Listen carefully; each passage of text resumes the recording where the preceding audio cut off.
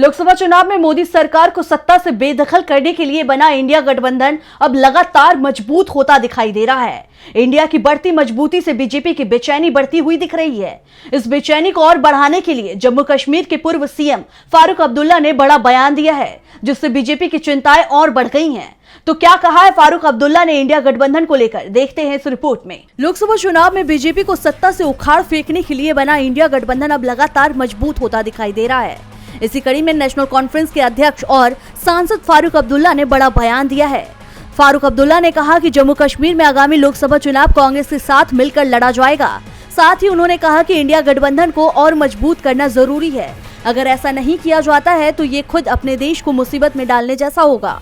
फारूक अब्दुल्ला ने कहा कि उमर अब्दुल्ला और कांग्रेस के बीच बातचीत जारी है। जम्मू कश्मीर में लोकसभा सीट बंटवारे पर जल्द ही फैसला लिया जाएगा। कई नेताओं के भाजपा में शामिल होने के सवाल पर फारूक अब्दुल्ला ने कहा कि चुनाव के दौरान ऐसा अक्सर होता है। कुछ लोग किसी पार्टी से जुड़ते हैं और अलग होते हैं, इससे उनकी पार्टी को कोई फर्क नहीं पड़ेगा। ये लोगों पर निर्भर करता है कि वे तथ्यों का पता लगाएं और इस पर विचार करें कि किस पार्टी को सत्ता में लाया जाए। उन्होंने जम्मू कश्मीर में विधानसभा चुनाव कराने में देरी पर आश्चर्य व्यक्त किया। फारूक अब्दुल्ला ने कहा कि ये आश्चर्य की बात है कि सरकार संसदीय चुनाव तो कराने जा रही है, लेकिन जम्मू कश्मीर में विधानसभा चुनाव पर कोई निर्णय नहीं लिया जा रहा है।